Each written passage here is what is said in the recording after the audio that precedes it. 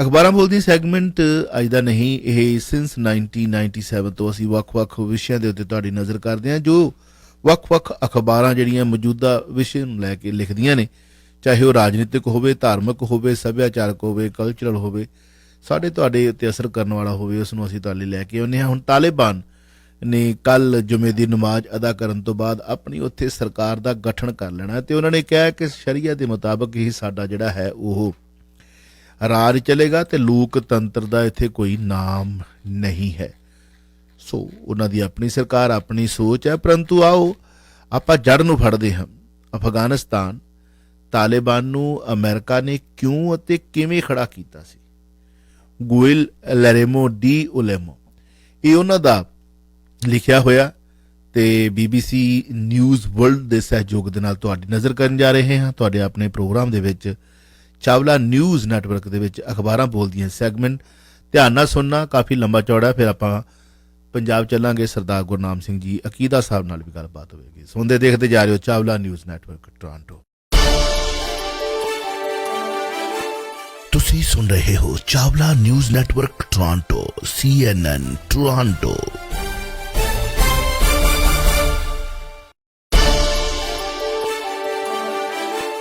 ਤੁਸੀਂ ਸੁਣ ਰਹੇ ਹੋ Chawla news network Toronto, CNN। ਇਹ ਆਕਾਸ਼ਵਾਣੀ 1320 ਮੀਟਰ ਬੈਂਡ ਹੈ। ਆਪ ਜੀ ਸੁਣਦੇ ਜਾ ਰਹੇ ਹੋ ਰੇਡੀਓ ਪ੍ਰੋਗਰਾਮ ਰਗਲਾ ਪੰਜਾਬ। ਅੱਜ ਦੀਆਂ ਅਖਬਾਰਾਂ ਬੋਲਦੀਆਂ ਸੈਗਮੈਂਟ ਦੇ ਵਿੱਚ ਅਫਗਾਨਿਸਤਾਨ ਇੱਕ ਵਾਰੀ ਫਿਰ ਤਾਲਿਬਾਨ ਨੂੰ ਅਮਰੀਕਾ ਨੇ ਕਿਉਂ ਅਤੇ ਕਿਵੇਂ ਖੜਾ ਕੀਤਾ। ਬਹੁਤ ਅਹਿਮ ਲੇਖ ਹੈ। ਗੁਇਲ ਲੈਰੇਮੋ D Olmo BBC news world ਦੇ ਸਹਿਯੋਗ ਦੇ ਨਾਲ ਤੁਹਾਡੀ ਨਜ਼ਰ ਤਵੱਕੋ ਕਰਦਾ। ਪੂਰੇ ਗੌਰ ਦੇ ਨਾਲ ਸੁਣੋਗੇ। ਅਖਬਾਰਾਂ ਬੋਲਦੀਆਂ ਨੇ, ਉਹਨਾਂ ਨੂੰ ਸੁਣਨ ਵਾਲਾ ਚਾਹੀਦਾ। ਪੜ੍ਹਨ ਵਾਲੇ ਘੱਟ ਗਏ ਨੇ, ਸੁਣਨ ਵਾਲੇ ਚਾਹੀਦੇ ਨੇ। ਸੁਣਦੇ ਰਹੋ, ਕਿਤੇ ਨਾ ਹੋਵੇ ਅਖਬਾਰਾਂ ਮੁੜ ਕੇ ਲਿਖਣਾ ਵੀ ਬੰਦ ਕਰ ਦੇਣ ਅਤੇ ਤੁਸੀਂ ਫਿਰ ਉਹੀ ਸੁਣੋ ਜੋ ਲੋਕ ਤੁਹਾਨੂੰ ਸੁਣਾਉਣਾ ਚਾਹੁੰਦੇ ਨੇ, ਅਤੇ ਫਿਰ ਕਹਿੰਦੇ ਨੇ ਕਿ ਝੂਠ ਨੂੰ ਬਾਰ-ਬਾਰ ਬੋਲੀ ਚੱਲੀਏ ਤਾਂ ਸੱਚ ਲੱਗਣ ਲੱਗ ਪੈਂਦਾ। ਵਾਕਈ ਸੱਚ ਹੋਣਾ। ਅਮਰੀਕਾ, ਉਹ ਲੋਕ ਜੰਗੇ ਆਜ਼ਾਦੀ ਦੇ ਸਿਪਾਹੀ ਕਹੇ ਜਾਂਦੇ ਹਨ। ਅਮਰੀਕਾ ਦੇ ਵਿੱਚ ਇਹਨਾਂ ਨੂੰ ਇਸਲਾਮੀ ਕੱਟੜਪੰਥੀ ਗੁਰੀਲੇ ਲੜਾਕੇ ਕਹਿਣਾ ਜ਼ਿਆਦਾ ਠੀਕ ਰਹੇਗਾ। ਚੇਂਜ ਵੇਖੋ ਤੁਸੀਂ। Guillermo D Olmo BBC news. ਅਮਰੀਕਾ ਵਿੱਚ ਉਹ ਲੋਕ ਜੰਗੇ ਆਜ਼ਾਦੀ ਦੇ ਸਿਪਾਹੀ ਕਹੇ ਜਾਂਦੇ ਹਨ। ਜੰਗੇ ਆਜ਼ਾਦੀ ਦੇ ਸਿਪਾਹੀ ਕਹੇ ਜਾਂਦੇ ਸਨ। ਇਹਨਾਂ ਨੂੰ ਇਸਲਾਮੀ ਕੱਟੜਪੰਥੀ ਗੁਰੀਲੇ ਲੜਕੇ ਕਹਿਣਾ ਜ਼ਿਆਦਾ ਠੀਕ ਰਹੇਗਾ। ਤੇ ਅਖਬਾਰ ਕਹਿੰਦਾ ਹੈ ਕਿ ਅਫਗਾਨਿਸਤਾਨ ਦੇ ਸਥਾਨਕ ਗੁਰੀਲਾ ਲੜਾਕਿਆਂ ਦੇ ਸਮੂਹ ਨੇ ਸਾਲਾਂ ਤੱਕ ਅਮਰੀਕੀ ਸਮਰਥਨ ਦੇ ਸਹਾਰੇ ਸੋਵੀਅਤ ਸੰਘ ਦੇ ਖਿਲਾਫ ਝੰਡਾ ਚੁੱਕੀ ਰੱਖਿਆ। ਅਮਰੀਕਾ ਨੇ ਉਹਨਾਂ ਨੂੰ ਹਥਿਆਰ ਅਤੇ ਪੈਸੇ ਮੁਹੱਈਆ ਕਰਵਾਏ ਤਾਂ ਕਿ ਉਹ ਉਸ ਦੇ ਦੁਸ਼ਮਣ ਸੋਵੀਅਤ ਸੰਘ ਦੇ ਮਨਸੂਬਿਆਂ ਨੂੰ ਨਾਕਾਮ ਕੀਤਾ ਜਾ ਸਕੇ। ਦਸਤਾਵੇਜ਼, ਪੱਤਰਕਾਰਾਂ ਦੀ ਜਾਂਚ ਪੜਤਾਲ ਅਤੇ ਉਸ ਦੌਰ ਨਾਲ ਜੁੜੇ ਲੋਕਾਂ ਦੇ ਬਿਆਨਾਂ ਅਤੇ ਇੰਟਰਵਿਊਆਂ ਨੂੰ ਦੇਖ ਕੇ ਇਹ ਗੱਲ ਸਾਹਮਣੇ ਆਈ ਹੈ।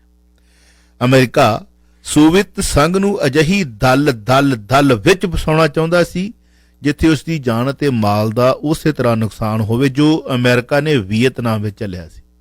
ਆਓ ਜੜ ਨੂੰ ਫੜੀਏ। ਇਹ ਅਮਰੀਕਾ ਦਾ ਆਪਰੇਸ਼ਨ ਸਾਈਕਲੋਨ ਸੀ ਅਤੇ ਉਸ ਸਮੇਂ ਦੇ ਮੀਡੀਆ ਨੇ ਇਸ ਨੂੰ ਅਮਰੀਕੀ ਇੰਟੈਲੀਜੈਂਸ ਏਜੰਸੀ CIA ਦੇ ਇਤਿਹਾਸ ਦਾ ਸਭ ਤੋਂ ਵੱਡਾ ਖੁਫੀਆ ਅਭਿਆਨ ਕਰਾਰ ਦਿੱਤਾ ਸੀ। ਸੋਵੀਅਤ ਸੰਘ ਦੇ ਫੌਜੀਆਂ ਦੀ ਵਾਪਸੀ ਸ਼ੁਰੂ ਹੋਣ ਤੋਂ ਕੇਵਲ 8 ਸਾਲ ਬਾਅਦ 1996 ਵਿੱਚ ਤਾਲਿਬਾਨ ਨੇ ਕਾਬੁਲ ਦੇ ਉੱਪਰ ਕਬਜ਼ਾ ਕਰ ਲਿਆ ਸੀ ਅਤੇ ਅਫਗਾਨਿਸਤਾਨ ਉੱਪਰ ਇੱਕ ਇਸਲਾਮੀ ਕੱਟੜਪੰਥੀ ਨਿਜ਼ਾਮ ਥੋਪ ਦਿੱਤਾ ਸੀ। ਹੁਣ ਇਹ ਸਵਾਲ ਉੱਠਦਾ ਹੈ ਕਿ ਇਸ ਜਿੱਤ ਵਿੱਚ ਅਮਰੀਕਾ ਦੀ ਕੋਈ ਭੂਮਿਕਾ ਸੀ? ਸਵਾਲ ਸੀ। ਇਹਦਾ ਜਵਾਬ ਕੀ ਹੈ? ਇਹ ਸਭ ਕਿਵੇਂ ਸ਼ੁਰੂ ਹੋਇਆ? ਸਾਲ 1979 ਦੀ ਗੱਲ ਹੈ। ਅਖਬਾਰ ਕਹਿੰਦਾ ਹੈ ਕਿ ਸੋਵੀਅਤ ਸੰਘ ਦੇ 30,000 ਤੋਂ ਵੱਧ ਫੌਜੀ ਲੜਾਕੂ ਮਹਿਮਾਨਾਂ ਤੇ ਟੈਂਕਾਂ ਸਮੇਤ ਅਫਗਾਨਿਸਤਾਨ ਵੱਲ ਕੂਚ ਕਰ ਗਏ। ਉਹ ਅਫਗਾਨਿਸਤਾਨ ਦੀ ਕ੍ਰਾਂਤੀਕਾਰੀ ਸਰਕਾਰ ਦੀ ਸਹਾਇਤਾ ਕਰਨ ਲਈ ਅੱਗੇ ਵਧ ਰਹੇ ਸਨ। 1 ਸਾਲ ਪਹਿਲਾਂ ਕਥਿਤ ਤੌਰ ਤੇ ਸੌਰ ਕ੍ਰਾਂਤੀ ਤੋਂ ਬਾਅਦ ਅਫਗਾਨਿਸਤਾਨ ਵਿੱਚ ਸਰਕਾਰ ਦਾ ਗਠਨ ਹੋਇਆ। ਉਹ ਸਰਕਾਰ ਨੂੰ ਇਸਲਾਮੀ ਮਿਲਸੀਆ ਗੁੱਟਾਂ ਦੇ ਵਿਰੋਧ ਦਾ ਸਾਹਮਣਾ ਕਰਨਾ ਪਿਆ ਸੀ। ਇਹ ਲੋਕ ਆਪਣੇ ਆਪ ਨੂੰ ਮਜ਼ਾਹੁਦੀਨ ਆਖਦੇ ਸਨ ਅਤੇ ਉਹਨਾਂ ਨੂੰ ਲੱਗਦਾ ਸੀ ਕਿ ਉਹਨਾਂ ਦੀ ਇਸਲਾਮੀ ਰਵਾਇਤ ਦੇ ਹਿਸਾਬ ਨਾਲ ਇਹ ਜਿਹਾਦ ਹੈ। ਸੋਵੀਅਤ ਸੰਘ ਅਫਗਾਨਿਸਤਾਨ ਵਿੱਚ ਸਰਕਾਰ ਨੂੰ ਬਣਾਏ ਰੱਖਣਾ ਚਾਹੁੰਦੀ ਸੀ, ਪਰ ਰਾਸ਼ਟਰਪਤੀ ਬਾਬਰਕ ਕਮਾਲ ਦੀ ਹਕੂਮਤ ਦੇ ਖਿਲਾਫ ਮੁਜ਼ਾਹਿਦੀਨ ਦੀ ਬਗਾਵਤ ਤੇਜ਼ ਹੁੰਦੀ ਜਾ ਰਹੀ ਸੀ। ਸਟੈਨਫੋਰਡ ਯੂਨੀਵਰਸਿਟੀ ਵਿੱਚ ਅਫਗਾਨਿਸਤਾਨ ਦੇ ਇਤਿਹਾਸ ਦੇ ਮਾਹਰ ਰਾਬਰਟ ਕਰੂਜ਼ ਆਖਦੇ ਹਨ ਕਿ ਅਮਰੀਕਾ ਇਸ ਨਾਲ ਅਚੰਭੇ ਵਿੱਚ ਪੈ ਗਿਆ ਸੀ ਜਦੋਂ ਕਿ ਉਹ 50 ਦੇ ਦਹਾਕੇ ਤੋਂ ਹੀ ਅਫਗਾਨਿਸਤਾਨ ਵਿੱਚ ਬੁਨਿਆਦੀ ਢਾਂਚੇ ਨਾਲ ਸੰਬੰਧਿਤ ਵਿਕਾਸ ਯੋਜਨਾਵਾਂ ਵਿੱਚ ਕੰਮ ਕਰਨ ਲਈ ਸੂਬੀਅਤ ਸੰਘ ਨਾਲ ਮੁਕਾਬਲੇ ਵਿੱਚ ਰਿਹਾ। ਇਨ੍ਹਾਂ ਹਾਲਾਤਾਂ ਵਿੱਚ ਉਸ ਸਮੇਂ ਦੇ ਰਾਸ਼ਟਰਪਤੀ ਜਿਮੀ ਕਾਰਟਰ ਨੂੰ ਉਹਨਾਂ ਦੇ ਰਾਸ਼ਟਰੀ ਸੁਰੱਖਿਆ ਸਲਾਹਕਾਰ ਅਤੇ ਹੋਰ ਸਲਾਹਕਾਰਾਂ ਨੇ ਅਫਗਾਨਿਸਤਾਨ ਵਿੱਚ ਖੁਫੀਆ ਅਭਿਆਨ ਸ਼ੁਰੂ ਕਰਨ ਦੀ ਸਲਾਹ ਦਿੱਤੀ। ਇਸ ਦੇ ਤਹਿਤ ਉੱਥੇ ਚੱਲ ਰਹੀ ਬਗਾਵਤ ਲਈ ਹਥਿਆਰ ਦੀ ਸਹਾਇਤਾ ਪਹੁੰਚਾਉਣ ਦਾ ਪ੍ਰਸਤਾਵ ਰੱਖਿਆ ਗਿਆ। ਇਸ ਦੇ ਨਾਲ ਹੀ ਸੀਤ ਯੁੱਧ ਦੇ ਸੰਘਰਸ਼ ਦਾ ਇੱਕ ਹੋਰ ਸਫਾ ਭਾਵ ਇਤਿਹਾਸ ਸ਼ੁਰੂ ਹੋਇਆ।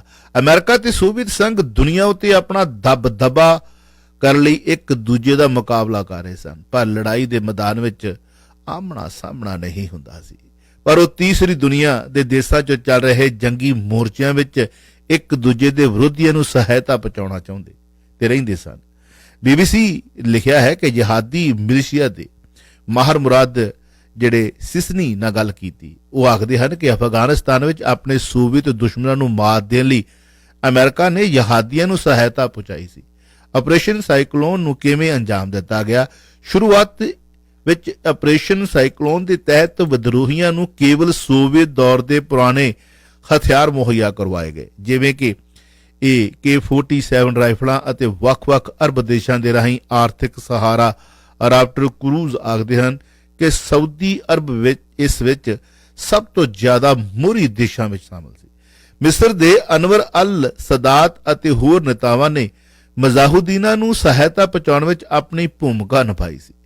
ਇਸ ਯੋਜਨਾ ਵਿੱਚ ਪਾਕਿਸਤਾਨ ਦੀ ਖੁਫੀਆ ਏਜੰਸੀ ਨੂੰ ਵੀ ਸ਼ਾਮਲ ਕਰਨ ਦੀ ਲੋੜ ਸੀ।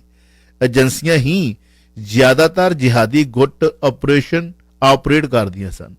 ਅਮਰੀਕੀ ਕਾਂਗਰਸ ਦੇ ਮੈਂਬਰ ਰਹੇ ਹਬ ਆਰੀਜ਼ ਨੇ ਸਾਲ 1988 ਵਿੱਚ ਇਸ ਗੱਲ ਦੀ ਪੁਸ਼ਟੀ ਕੀਤੀ ਸੀ ਕਿ ਉਹਨਾਂ ਨੇ ਟੈਨੈਂਸੀ ਤੋਂ ਕੈਂਟਕੀ ਤੇ ਮਿਲਟਰੀ ਬੇਸ ਦੇ 700 ਖੱਚਰ ਭੇਜੇ ਸਨ, ਜਿਨ੍ਹਾਂ ਨੂੰ ਪਾਕਿਸਤਾਨ ਭੇਜਿਆ ਜਾਣਾ ਸੀ। ਤੇ ਵਾਈਟ ਹਾਊਸ ਵਿੱਚ ਅਮਰੀਕੀ ਰਾਸ਼ਟਰਪਤੀ ਡੋਨਾਲਡ ਰੀਗਨ ਦੇ ਆਉਣ ਤੋਂ ਬਾਅਦ ਅਫਗਾਨਿਸਤਾਨ ਵਿੱਚ ਅਮਰੀਕਾ ਦੀ ਮੌਜੂਦਗੀ ਸਪਸ਼ਟ ਅਤੇ ਸਾਰਵਜਨਿਕ ਹੋਣ ਲੱਗੀ। ਅਮਰੀਕਾ ਵਿੱਚ ਲਗਾਤਾਰ ਤਾਕਤਵਰ ਹੋ ਰਹੀ ਇੱਕ ਲੌਬੀ ਮੁਜ਼ਾਹਿਦੀਨਾਂ ਦੀ ਸਹਾਇਤਾ ਨੂੰ ਤੇਜ਼ ਕਰਨ ਦੀ ਪੈਰਵਾਈ ਕਰ ਰਹੀ ਸੀ। ਇਸ ਲੌਬੀ ਦੇ ਨੇਤਾਵਾਂ ਦਾ ਕਹਿਣਾ ਸੀ ਕਿ ਸੋਵੀਅਤ ਸੰਘ ਨੂੰ ਰੋਕਣ ਲਈ ਕੇਵਲ ਹਥਿਆਰ ਮੁਹੱਈਆ ਕਰਵਾਉਣ ਨਾਲ ਕੰਮ ਨਹੀਂ ਚੱਲੇਗਾ। ਸਾਲ 1984 ਵਿੱਚ ਅਮਰੀਕੀ ਕਾਂਗਰਸ ਨੇ ਅਫਗਾਨਿਸਤਾਨ ਬਾਰੇ ਇੱਕ ਪ੍ਰਸਤਾਵ ਪਾਸ ਕੀਤਾ। ਇਸ ਵਿੱਚ ਆਖਿਆ ਗਿਆ, ਅਫਗਾਨਿਸਤਾਨ ਦੀ ਆਜ਼ਾਦੀ ਦੀ ਜੰਗ ਵਿੱਚ ਸਿਪਾਹੀਆਂ ਨੂੰ ਸਿਰਫ ਲੜਨ ਅਤੇ ਮਰਨ ਲਈ ਸਹਾਇਤਾ ਮੁਹੱਈਆ ਕਰਵਾਉਣ ਨਾਲ ਆਜ਼ਾਦੀ ਦਾ ਟੀਚਾ ਹਾਸਲ ਨਹੀਂ ਕੀਤਾ ਜਾ ਸਕਦਾ। ਰੋਨਾਲਡ ਰੀਗਨ ਇਸ ਹੱਦ ਤੱਕ ਅੱਗੇ ਵਧ ਗਏ ਸਨ ਕਿ ਉਹਨਾਂ ਨੇ ਓਵਲ ਸਥਿਤ ਦਫ਼ਤਰ ਵਿੱਚ ਮੁਜ਼ਾਹਿਦੀਨ ਨੇਤਾਵਾਂ ਦੇ ਇੱਕ ਵਫਦ ਦੀ ਮੇਜ਼ਬਾਨੀ ਵੀ ਕੀਤੀ। ਸਾਲ 1986 ਵਿੱਚ ਆਪਣੇ ਸਟੇਟ ਆਫ ਦੀ ਯੂਨੀਅਨ ਭਾਸ਼ਣ ਵਿੱਚ ਅਫਗਾਨ ਲੜਾਕਿਆਂ ਨੂੰ ਸੰਦੇਸ਼ ਦਿੰਦੇ ਹੋਏ ਆਖਿਆ, ਜੰਗੇ ਆਜ਼ਾਦੀ ਦੇ ਸਿਪਾਹੀਓ, ਤੁਸੀਂ ਇਕੱਲੇ ਨਹੀਂ ਹੋ, ਅਮਰੀਕਾ ਤੁਹਾਡਾ ਸਾਥ ਦੇਵੇਗਾ। ਪਰ ਰਾਸ਼ਟਰਪਤੀ ਰੀਗਨ ਨੇ ਕੁਝ ਅਜਿਹਾ ਕੀਤਾ ਜੋ ਉਹਨਾਂ ਦੇ ਇਸ ਬਿਆਨ ਤੋਂ ਕਿਤੇ ਵੱਧ ਮਹੱਤਵਪੂਰਨ ਸੀ। ਉਹਨਾਂ ਨੇ ਅਫਗਾਨ ਗੁਰੀਲਾ ਲੜਾਕਿਆਂ ਨੂੰ ਸਟਿੰਗਰ ਮਿਜ਼ਾਈਲ ਮੁਹੱਈਆ ਕਰਾਉਣ ਦਾ ਫੈਸਲਾ ਕੀਤਾ। ਇਹ ਫੈਸਲਾ ਆਉਣ ਵਾਲੇ ਸਮੇਂ ਵਿੱਚ ਮਹੱਤਵਪੂਰਨ ਸਾਬਤ ਹੋਣ ਵਾਲਾ ਸੀ। ਅਫਗਾਨ ਲੜਾਕਿਆਂ ਨੂੰ ਅਮਰੀਕਾ ਵੱਲੋਂ ਮੁਹੱਈਆ ਕਰਵਾਇਆ ਗਿਆ ਸਟਿੰਗਰ ਮਿਜ਼ਾਈਲ ਭਵਿੱਖ ਦੇ ਸਮੀਕਰਨਾਂ ਨੂੰ ਬਦਲਣ ਵਿੱਚ ਕਾਫੀ ਮਹੱਤਵਪੂਰਨ ਰਿਹਾ।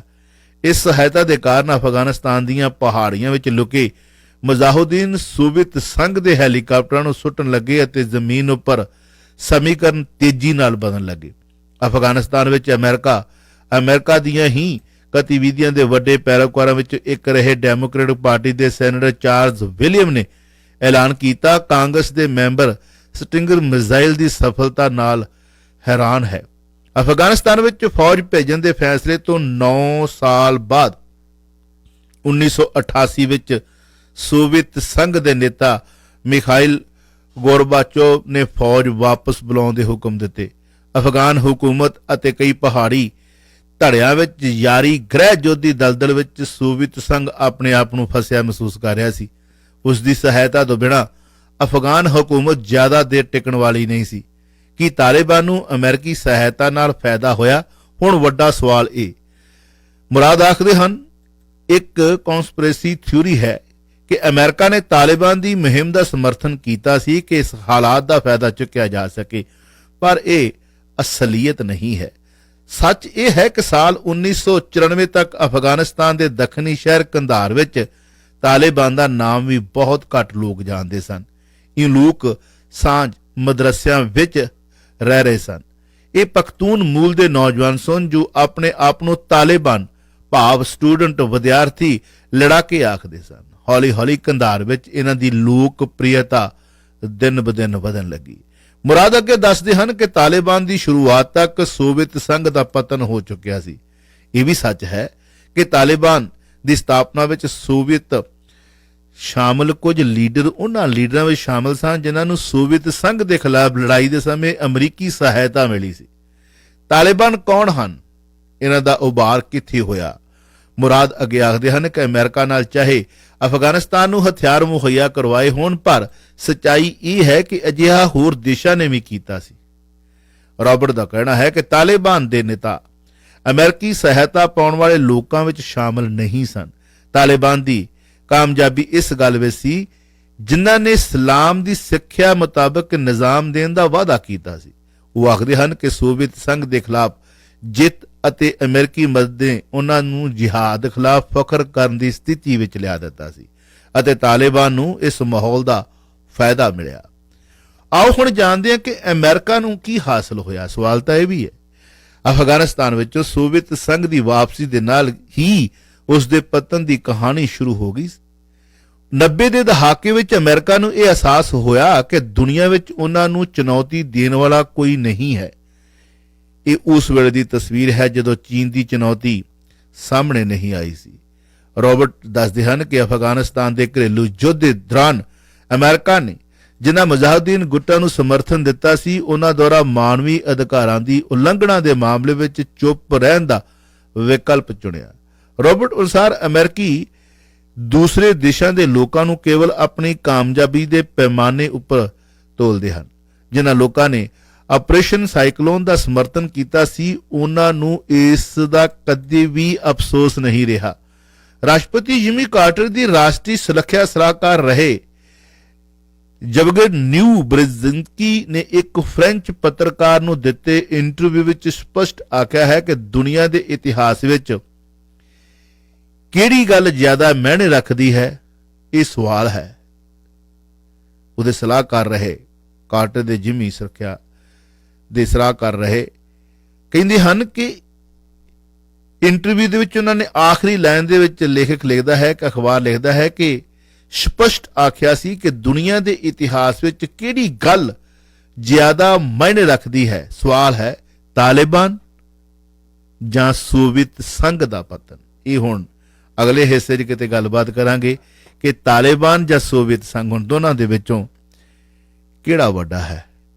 ਸੁਣਿਆ ਤੁਸੀਂ ਰੰਗਲਾ ਪੰਜਾਬ ਦੇ ਵਿੱਚ ਕਿ ਤਾਲਿਬਾਨ ਨੂੰ ਥਾਪੜਾ ਕਿੰਨਾ ਦਾ ਸੀ, ਕਿਹੜੀਆਂ ਸ਼ਖਸੀਅਤਾਂ ਕਿਹੜੀਆਂ ਕੰਟਰੀਆਂ ਇਸ਼ਾਰੇ ਦੇ ਮੁਤਾਬਕ ਕੁਝ ਇਸ਼ਾਰੇ ਦੇ ਹੀ ਵਿੱਚ ਅਖਬਾਰ ਵੀ ਕਿਹਾ ਗਿਆ ਕਿ ਤੁਸੀਂ ਆਪਣੇ ਕੋਲੋਂ ਸਮਝ ਲਵੋ। ਵੌਇਸ ਆਫ ਸਿਟੀ 1320 AM ਤੇ ਅਖਬਾਰਾਂ ਬੋਲਦੀਆਂ ਨੇ, ਸੁਣਨ ਵਾਲੇ ਚਾਹੀਦੇ ਨੇ।